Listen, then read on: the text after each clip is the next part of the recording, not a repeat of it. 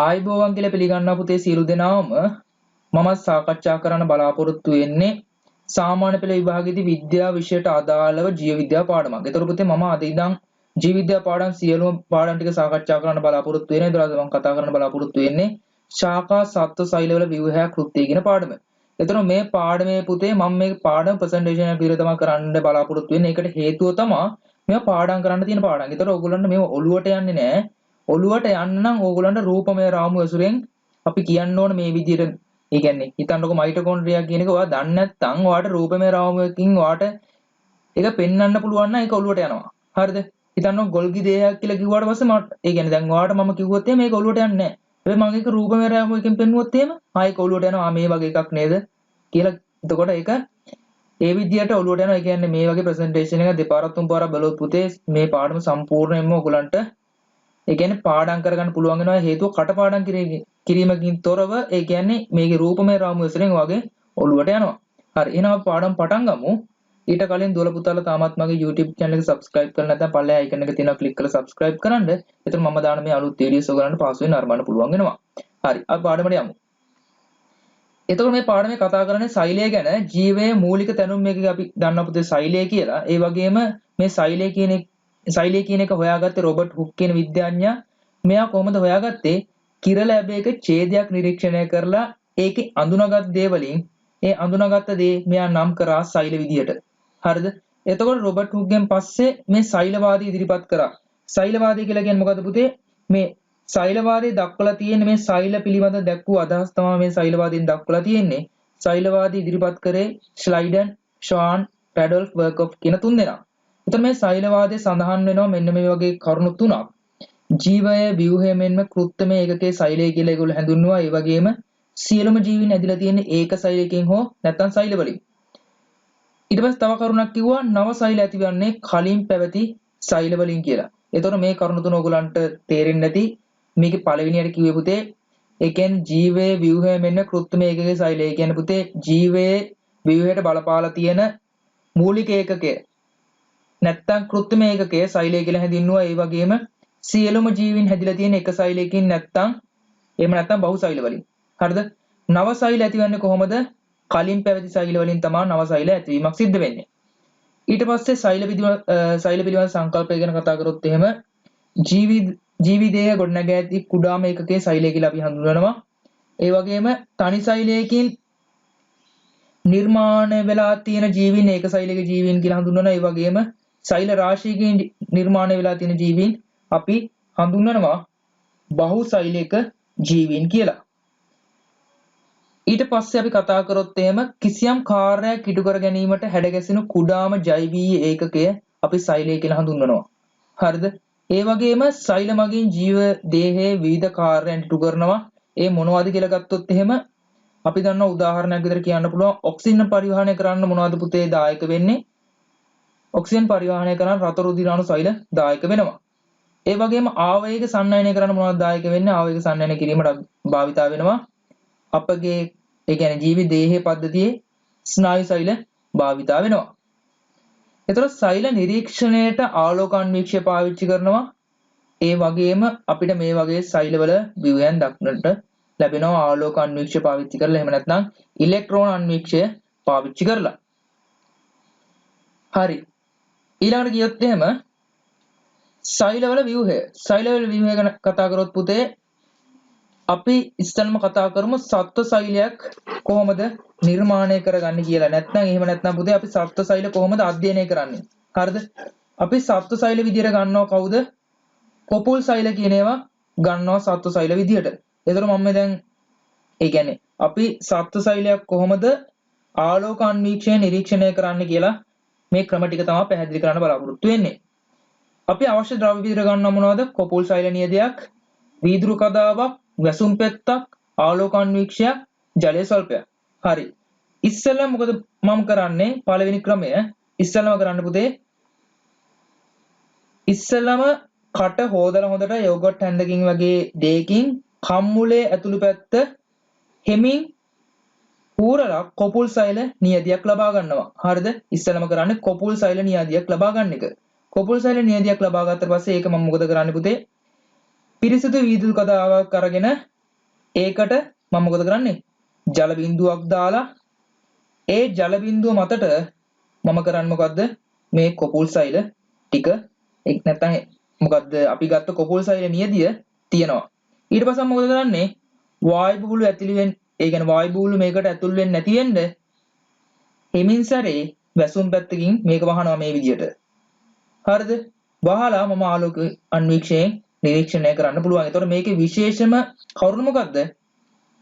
අපි මේ වැසුම් පැත්ත, ඒ කියන්නේ අපි මේ වැසුම් පැත්තෙන් වහද්දී වායු බුබුලු ඇතුළු වෙන්නේ නැති වෙන විදියට වහන්න ඕනේ. ඒක තමයි අනිවාර්ය කරුණ.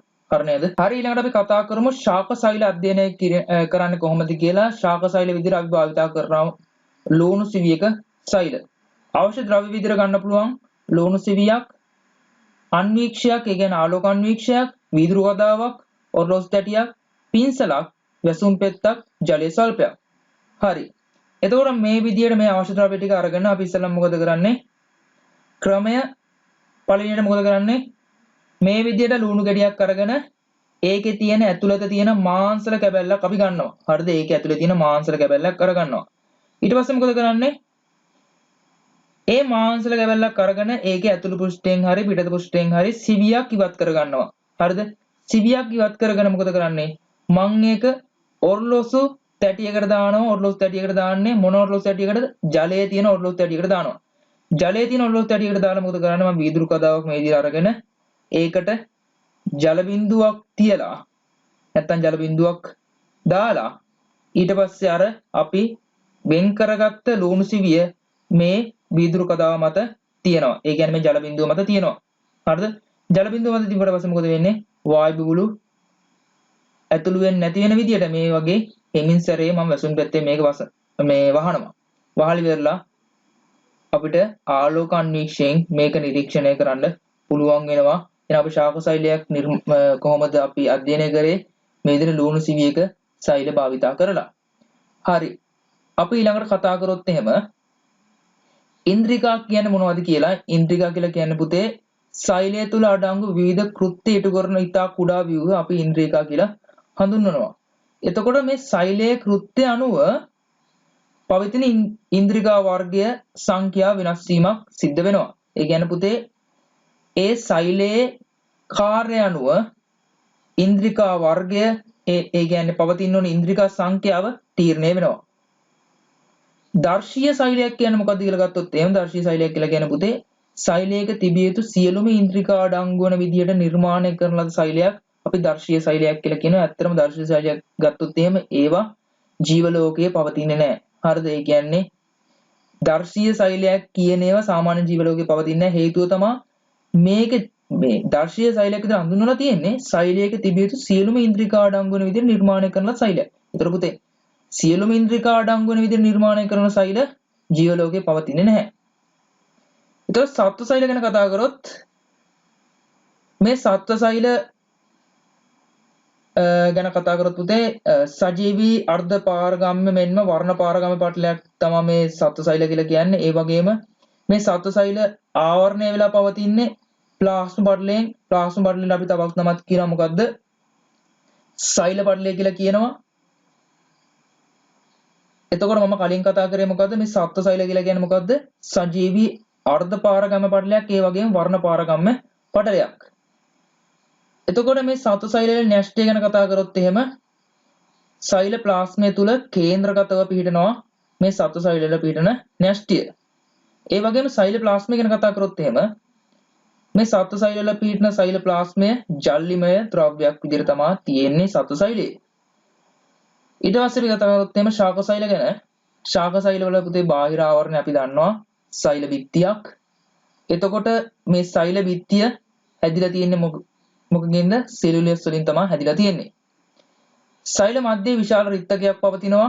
ඒ වගේම සෛල බිත්තියට ඇතුළතින් ප්ලාස්ම පටලයක් පිහිටලා තියෙනවා. ඒ කියන්නේ සෛල බිත්තිය තමයි බාහිර ආවරණය. ඊට ඇතුළතින් තමයි ප්ලාස්ම පටලය පිහිටලා තියෙන්නේ. එතකොට මේ විදිහට ගත්තොත් එහෙම මේ මම දාලා තියෙන්නේ පුතේ සත්ව සෛලයට අදාළ ව්‍යුහයක්. හරිද? සත්ව සෛලයට අදාළ ව්‍යුහයක්. මේ තියෙන්නේ සෛල පටලය, මේ තියෙන න්‍යෂ්ටිය, මේ තියෙන සෛල ප්ලාස්මය. හරි නේද? එතකොට අපි ඉලෙක්ට්‍රෝන අන්වීක්ෂයෙන් නිරීක්ෂණය කරොත් එහෙම අපිට මේ විදිහට ගන්න පුළුවන් සත්ව සෛලයක සටහනක්. හරිද? මේ ඇතුලේ තියෙන ඉන්ද්‍රිකා ගැන ඊළඟට අපි කතා කරමු. මොකක්ද න්‍යෂ්ටිය, මයිටොකොන්ඩ්‍රියම, මේ අන්තර්ප්ලාස්මීය ජාලිකා මේවා ගැන අපි ඊළඟට කතා කරමු. ඊට පස්සේ ශාක සෛලයක් ගත්තොත් එහෙම ශාක සෛලයක් අපිට මේ විදිහට දක්වන්න පුළුවන්. සෛල ප්ලාස්මය තියෙනවා, සෛල බිත්තිය තියෙනවා, සෛල බිත්තියට ඇතුලෙන් සෛල ප්ලාස්මය පවතිනවා, ඊට පස්සේ න්‍යෂ්ටිය පවතිනවා, රික්තකයක් පවතිනවා. එතකොට මේක ඉලෙක්ට්‍රෝන අන්වීක්ෂය නිරීක්ෂණය කරලා පස්සේ අපිට මේ වගේ ව්‍යුහයක් තමයි දක්නට ලැබෙන්නේ සතු සෛලයක. එතකොට මේ සතු සෛලෙත් ඇතුලේ ඉන්ද්‍රිකා ගොඩක් තියෙනවා, හරිතලව, මයිටොකොන්ඩ්‍රියා, හරිද? න්‍යෂ්ටිය, රයිබෝසෝම. එතකොට මේවා ගැන අපි කතා කරමු ඉස්සරහට. හරි, අපි ඊළඟ කතා කරමු සත්වා ශාක සෛලය අතර තියෙන වෙනස්කම් මොනවද කියලා. අපි ගත්තොත් මේ විදිහට chart එකක් සත්ව සෛලයකයි ශාක සෛලයක අතර වෙනස්කම් ලියන්න පුළුවන්. සත්ව සෛලයක සෛල බිත්තියක් නැහැ. හැබැයි ශාක සෛලයක් ගත්තොත් එහෙම අපි දන්නවා සෛල බිත්තියක් තියෙනවා, කලින් කතා කරා. ඒතර සත්ව සෛලයේ වැඩි අවකාශයක් ගන්න සෛල ප්ලාස්මය. හැබැයි ශාක සෛලය ගත්තොත් එහෙම සෛල ප්ලාස්මය සෛලයේ පර්යන්තයට තල්ලු වෙලා තමයි පවතින්නේ. සත්ව සෛලයක් ගත්තොත් එහෙම විශාල රික්තක පවතින්නේ නැහැ. හැබැයි අපි දන්නවා සමහර වෙලාවට తాවකාලික ඊටාම කුඩා රික්තක තියෙන්න පුළුවන්. විශාල රික්තක නැහැ. හැබැයි తాවකාලික කුඩා රික්තක වගේ තියෙන්න පුළුවන්. ශාක සෛලයක් ගත්තොත් එහෙම විශාල මධ්‍ය රික්තකයක් හෝ රික්තක කීපයක් පවතින්න පුළුවන් ශාක සෛලයක. සතු සෛලයක හරිත ලව පවතින්නේ නැහැ. හැබැයි ශාක සෛලයක් ගත්තොත් එහෙම බොහෝ විලාවට හරිත ලව තියෙනවා. ඊට පස්සේ සෛල ඉන්ද්‍රිකා හා ව්‍යුහ ගැන කතා කරොත් එහෙම දැන් කතා කරන්න යන්නේ පුතේ ඉන්ද්‍රිකා ගැන. හරිද? ඉන්ද්‍රිකා සියලුම ඉන්ද්‍රිකා ගැන කතා කරනවා. හරි. ඉස්සෙල්ලා සෛල බිත්තිය ගැන කතා කරොත් එහෙම සෛල බිත්තිය අපි කලින් කතා කරා. ශාක සෛල වල බාහිර ආවරණ විදිහට ක්‍රියා කරනවා. ඒ වගේම අජීවී සෛල බිත්තිය කියන එක මේ විදිහට අපිට පෙන්වන්න පුළුවන් සෛල බිත්තිය මේ ලා කොළ පාට බාහිර ආවරණයකින් දාලා තියෙන පුතේ. ඒ වගේම ප්‍රධාන සංඝටක වෙන්නේ මේ සෛල බිත්තියේ සෙලියුලස් කියන එක. ඒ වගේම සෛල බිත්තියේ ප්‍රධාන කෘත්‍ය විදිහට අපිට කරුණු තුනක් දක්වන්න පුළුවන්. සෛලයේ හැඩය පවත්වා ගැනීම, සන්ධාරණය, ආරක්ෂාව සැපයීම. මේවා තමයි සෛල බිත්තියේ ප්‍රධාන කාර්යයන්. ඊට අමතරව අපිට මේ විදිහට දාන්න පුළුවන් පුතේ සෛල බිත්තියක් දක්වන්න පුළුවන්. බලන්න මේකේ ඇතුලේ තියෙනවා අනිකුත් ඉන්ද්‍රිකා දාලා තියෙනවා. ඒ වගේම මේ බාහිරින් ලා කොළ පාට ආවරණකින් දාලා තියෙන්නේ සෛල බිත්තිය. මේ තියෙන පුතේ සෙල් වෝල් කියලා දක්වලා ඒ තමයි මේ සෛල බිත්තිය කියන එක. හරි, අපි ඊළඟ කතා කරමු ප්ලාස්මා ගැන. ප්ලාස්මා ගැන කතා කරොත් එහෙම ශාක සෛලවල අපි දන්නවා සෛල බිත්තියේ ඇතුළතින් තමයි පිළිලා තියෙන ප්ලාස්මා පටලය. අපි කලින් කතා කරා සත්ව සෛල වල හැබැයි බාහිර ආවරණ විදිහට තමයි ක්‍රියා කරන්නේ ප්ලාස්මා පටලය කියන එක. මේ විදිහට අපිට විවිධ දක්වන්න පුළුවන් ප්ලාස්මා පටලය. ඒ වගේම මේ ප්ලාස්මා පටලය ෆොස්ෆොලිපිඩ හා ප්‍රෝටීන් වලින් හැදිලා තියෙනවා. ඒ වගේම මේක අර්ධපාරගම පටලයක්. ඒ වගේම අපිට මේ වගේ රූපයකින් දක්වන්න පුළුවන් පුතේ මේක දාලා තියෙන බලන්න සෙල් වෝල් එක, ඒ කියන්නේ සෛල බිත්තිය. ඒ වගේම සෙල් මෙම්බ්‍රේන් එක දාලා තියෙනවා. හරි නේද? මේ දාලා තියෙන පුතේ සෙල් මෙම්බ්‍රේන් එකෙන් දාලා තියෙන්නේ මොකද්ද? මේ සෛල බිත්තිය ඇතුළේ තියෙන දාලා තියෙන්නේ. ඒ කියන්නේ මේ ප්ලාස්මා පටලය තමයි දක්වලා තියෙන්නේ. හරිද? මේකේ ප්‍රධාන කාර්ය ගැන කතා කරොත් එම් ප්‍රධාන කාර්යයන් දෙකයි. එකක් තමයි සෛල ආවරණ විදියට සෛල ආවරණයක් විදියට ක්‍රියා කරනවා කාගේද සත්ව සෛලවල. ඒ වගේම ජලය, අයන, එහෙම නැත්නම් සමහර අණු වලට සෛලය තුළට ඇතුල් වීමට පිටවීමට ඉඩ ලබා දෙනවා. ඒ කියන්නේ පුතේ සෛල තුළට ද්‍රව්‍ය ඇතුල් වීම, ඉවත් වීම පාලනය කිරීමක් සිද්ධ කරනවා මේ ප්ලාස්මා පටලය මගින්. හරි පුතේ, අපි දැන් කතා කරොත් එහෙම සෛල ප්ලාස්මය සම්බන්ධයෙන් මෙයා ජල්ලිමය තරලමය කොටසක් කියලා හඳුන්වන්න පුළුවන්. ඒ වගේම මේ සෛල ප්ලාස්මය අකාබනික මෙන්ම කාබනික ද්‍රව්‍යද අඩංගු වෙනවා මේ සෛල ප්ලාස්මය තුල. ඒ වගේම මෙයාගේ කෘත්‍ය ගැන කතා කරොත් එහෙම නැත්නම් කාර්ය ගැන කතා කරොත් එහෙම සෛලයට හැඩයක් ලබා දීම, සෛල ඉන්ද්‍රිකා දැරීම, විවිධ පරිවෘත්තීය ක්‍රියා සිදු කිරීම මෙයාගේ ප්‍රධාන කාර්යයන් විදිහට අපිට හඳුන්වන්න පුළුවන් සෛල ප්ලාස්මේ. ඒ වගේම මේ සෛල ප්ලාස්මේ ගිලී ඇති ව්‍යුහ අපි හඳුන්වනවා කවුරු විදියටද? ඉන්ද්‍රිකා විදියට හඳුන්වනවා. සෛල ඉන්ද්‍රිකා විදියට හඳුන්වනවා. ඒ වගේම උදාහරණ විදියට අපිට කියන්න පුළුවන් මයිටොකොන්ඩ්‍රියා, අන්තර්ප්ලාස්මීය ජාලිකා, ගොල්ගි දේහ වගේ කියන ඒවා හඳුන්වන්න පුළුවන්. එතන මේ සෛල ප්ලාස්මය ගැන තමයි මේ කතා කරන්නේ. එතකොට අපිට මේ විදියට දක්වන්න පුළුවන් සෛල ප්ලාස්මයක් මේ දාලා තියෙන්නේ පුතේ සයිටෝප්ලාස්ම කියලා. මේ හඳුන්වලා තියෙන්නේ සයිටෝප්ලාස්මය. මේ විදිහට තව රූප සටහන දක්වන්න පුළුවන් සයිටෝප්ලාස්ම කියලා. මේ දාලා තියෙන්නේ සයිටෝප්ලාස්මය. ඒතර මෙයා ජල්ලිමය තරලමය කොටසක් තමයි. ඒතර මේකේ තමයි ඔය කියන සෛල ඉන්ද්‍රිකා පවතින්නේ. හරිද? මේ තුල තමයි ඔය ගොල්ගි දේහ, මයිටොකොන්ඩ්‍රියා, අන්තප්ලාස්මික ජාලිකා වගේ ඒවා පවතින්නේ මේ සයිටෝප්ලාස්මය තුල. හරි පුතේ අපි කතා කරොත් එimhe න්‍යෂ්ටිය සම්බන්ධයෙන් න්‍යෂ්ටිය කියලා කියන්නේ ප්‍රධාන ඉන්ද්‍රිකාව. ඒ වගේම මෙයා න්‍යෂ්ටි පටලෙන් ආවරණය වෙලා තියෙනවා. න්‍යෂ්ටිය තුල අපි දන්නවා න්‍යෂ්ටිකාව කොමැටින් ද්‍රව්‍ය වගේ කියන ඒවා අඩංගු වෙලා තියෙනවා. අපිට මේ විදිහට රූප සටහනක් දක්වන්න පුළුවන් පුතේ න්‍යෂ්ටියට අදාළව. මේ මැද තියෙන න්‍යෂ්ටිය. ඒ වගේම මේ කොමැටින් ද්‍රව්‍ය කියන ඒවා අපි දන්නවා සෛල විභාජනයේදී වර්ණ දේහ විදිහට දිස් වෙනවා.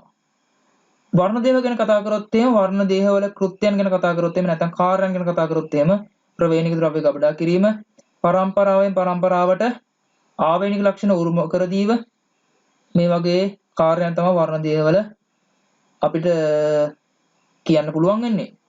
එතකොට මේ න්‍යෂ්ටියේ ප්‍රධාන කාර්යය තමයි සෛලයේ ජීව ක්‍රියා පාලනය කිරීම තමයි ප්‍රධාන කාර්ය වෙන්නේ න්‍යෂ්ටියට අදාළව. අපි කලින් කතා කරේ පුතේ වර්ණ දේවවලට අදාළ කාර්යයන් දෙකක් තමයි මේ ප්‍රවේණික ද්‍රව්‍ය ගබඩා කිරීමයි පරම්පරාවෙන් පරම්පරාවට ආවේනික ලක්ෂණ උරුම කර දීමයි. හැබැයි න්‍යෂ්ටිය ගැන කතා කරොත් එimhe න්‍යෂ්ටියේ ප්‍රධාන කාර්ය වෙන්නේ සෛලයේ ජීව ක්‍රියා පාලනය කිරීම.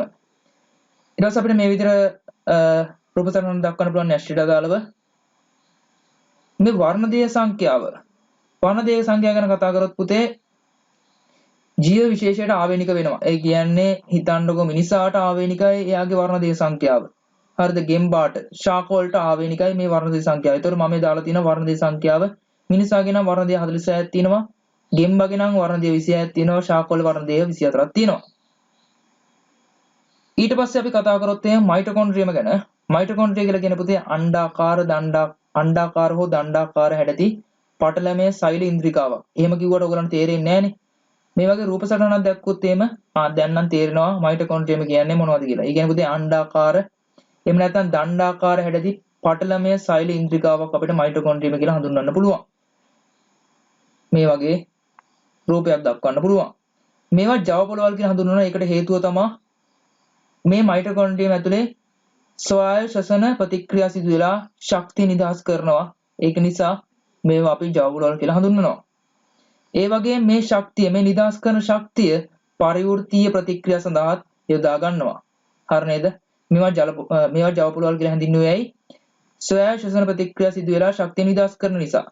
එතකොට මේ නිදහස් කරන ශක්තිය පරිවෘත්තීය ප්‍රතික්‍රියා සඳහා යොදා ගන්නවා. හරි පුතේ අපි ඊළඟ කතා කරමු ගොල්ගි සංකීර්ණ සම්බන්ධයෙන්. ගොල්ගි සංකීර්ණ ගැන කතා කරද්දී ගොල්ගි සංකීර්ණ කියලා කියන්නේ ගොල්ගි දේහවල විතරක් නෙමෙයි.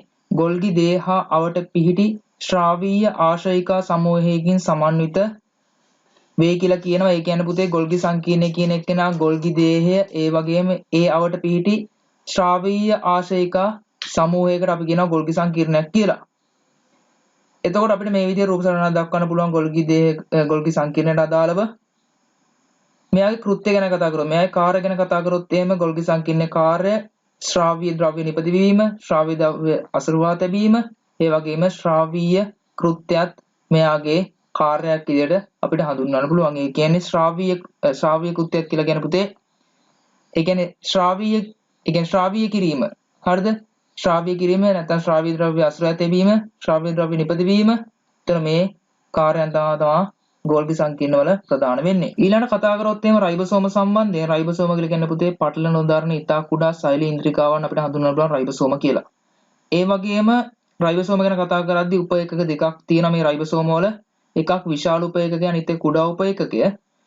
රයිබෝසෝම ගත්තොත් එහෙම සෛලප්ලාස්මේ නිදහස් ලෙස ඒ විදිහටම අන්තප්ලාස්මේ ජාලිකාවට සම්බන්ධ වෙලා තියෙනවා මේ රයිබෝසෝම කියන ඒවා. මේ විදිහට අපිට රූප සටහන් දෙකක් පෙන්වන්න පුළුවන්. මේ බලන්න පුතේ ස්මෝල් සබ් යුනිට් එකයි ලාර්ජ් සබ් යුනිට් එකයි. ඒ කියන්නේ විශාල උපේකකය කුඩා උපේකකය මෙතන පෙන්눔 කරලා තියෙනවා. ඒ වගේම මේගොල්ලන්ගේ කාර්යයන් කතා කරොත් එහෙම ප්‍රෝටීන සංශ්ලේෂණය කිරීම සඳහා ස්ථාන සැපීම තමයි මේ රයිබෝසෝම වල කාර්යයන් විදිහට අපිට දක්වන්න පුළුවන් වෙන්නේ. ඊට පස්සේ අපි කතා කරොත් එහෙම අන්තප්ලාස්මීය ජාලිකා පැතලි හෝ නාලාකාර හෝ මඩි වලින් යුක්ත අන්තර් පටල පද්ධති ජාලයකි. ඒ කියන්නේ පුතේ අන්තප්ලාස්මීය ජාලිකාව වල හැඩය ගැන තමයි කතා කරන්නේ. මේ අන්තප්ලාස්මීය ජාලිකා ආකාර දෙකයි. එකක් රළු අන්තර්ප්ලාස්මික ජාලිකා අනිත් එක්කිනා සිනිඳු අන්තර්ප්ලාස්මික ජාලිකා. ඒතර මේ රළු අන්තර්ප්ලාස්මික ජාලිකා ගැන කතා කරොත් පෘෂ්ඨයට සම්බන්ධ රයිබෝසෝම නිසා මේ රළු වෙලා තියෙන රළු අන්තර්ප්ලාස්මික ජාලිකා ඒගොල්ලන්ගේ කෘත්‍යය තමයි ප්‍රෝටීන පරිවහනය කිරීම. ඒ කියන්නේ පුතේ මේ රළු අන්තර්ප්ලාස්මික ජාලිකා කියලා හඳුන්වන්නේ ඇයි? මෙයාගේ පෘෂ්ඨයට සම්බන්ධ රයිබෝසෝම නිසා තමයි මේගොල්ලෝ රළු වෙලා තියෙන්නේ. හරි නේද? එයාගේ පෘෂ්ඨයට සම්බන්ධ රයිබෝසෝම නිසා තමයි ඒගොල්ලෝ රළු වෙලා තියෙන්නේ. එතකොට මේ සිනිඳු අන්තර්ප්ලාස්මික ජාලිකා කියලා කියන්නේ රයිබෝසෝම රහිත. ඒ කියන්නේ රයිබෝසෝම නැහැ. රයිබෝසෝම තිබ්බොත් තමයි රළු වෙන්නේ. රයිබෝසෝම රහිත නාලාකාර මඩි ජාලයක කියලා හඳුන්වලා තියෙනවා. මේගොල්ලන්ගේ කෘත්‍ය ගැන කතා කරොත් එහෙම ලිපිඩ ස්ටෙරොයිඩ් නිපදවා පරිවහනය කිරීම. හරිද? මේගොල්ලන්ගේ කෘත්‍ය ලිපිඩ හා ස්ටෙරොයිඩ් නිපදවා පරිවහනය කිරීම. මේ විදිහට අපිට දක්වන්න පුළුවන් මේ රෆ් ER කියලා කියන්නේ පුතේ ER කියලා කිව්වේ කවුද? රළු අන්තර්ප්ලාස්මික ජාලිකා ස්මූත් ER කියලා කිව්වේ සිනිඳු අන්තර්ප්ලාස්මික ජාලිකා. බලන්න පුතේ මෙතන රෆ් එකේ මේ තිත් දාලා තියෙනව නේද? ඒ තමයි රයිබෝසෝම. රයිබෝසෝම නිසා තමයි ඒ රළු වෙලා තියෙන්නේ. මේ විදිහට තව විවරයක් දක්වන්න පුළුවන් අපිට මේ විදිහට. මේක තිබ්බේ පුතේ ඔයගොල්ලන්ගේ අච්චු පොතේ. මේ බලන්න සිනිඳු අන්තර්ප්ලාස්මික ජාලිකාවල රයිබෝසෝම නැහැ. හැබැයි රළු අන්තර්ප්ලාස්මික ජාලිකාවල රයිබෝසෝම තියෙනවා. හරි අපි ඊළඟ කතා කරොත් එහෙම රික්තකයක් ගැන කතා කරොත් එහෙම මෙයා තමයි අපි කතා කරන අන්තිම ඉන්ද්‍රිකාව.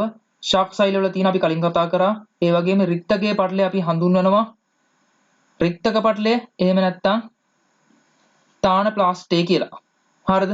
ඒ වගේම රික්තක තරලය අපි හඳුන්වනවා සෛල විෂය කියලා හඳුන්වනවා. ඒ වගේම මේ සෛල විෂයේ ජලය, සීනි, ඒ වගේම අයන වර්ණක ගබඩා වෙලා තියෙනවා. වර්ණක ද්‍රව්‍ය ගබඩා වෙලා තියෙනවා.